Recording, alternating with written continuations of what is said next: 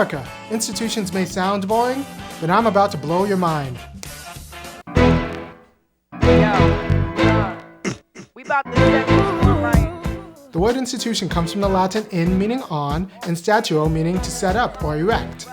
Many people think that a community's institutions are its buildings or other things, but if you step back and consider, you'll see that human institutions are not a community's material objects. Human institutions are a community's settled habits of thought concerning their material objects. For example, let's take paper money. Now, this piece of paper does not work as an institution unless people have the settled habits of thought and action concerning how to treat it.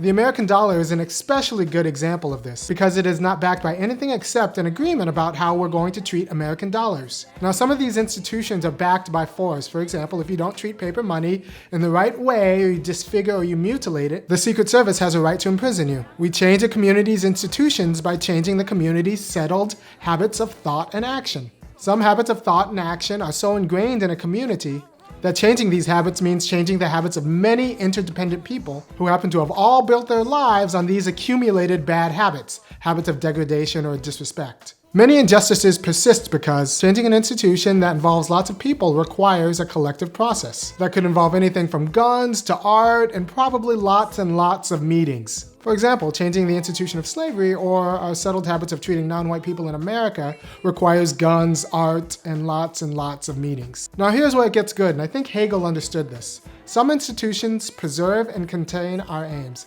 If you want a place for your kids to play and the city council decides to open a park next door, the city council and the park then reflect and preserve institutions that contain your interest.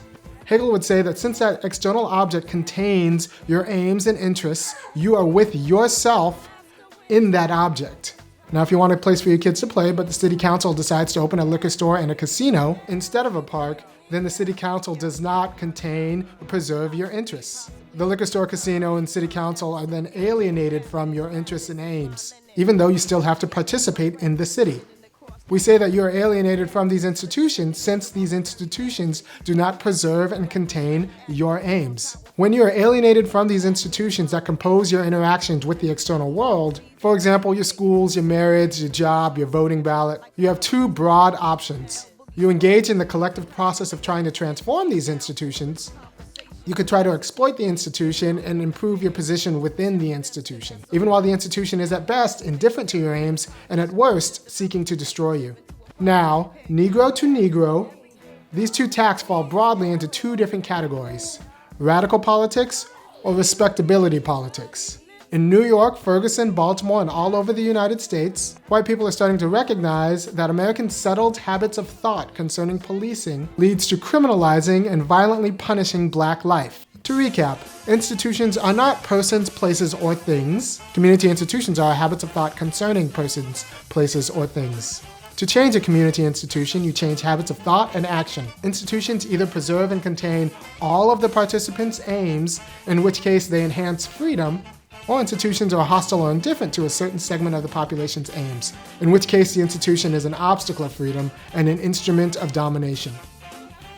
Thanks for watching this week's episode. Find me on Facebook or Twitter, and I'll keep you posted on the next installment of The Funky Academic.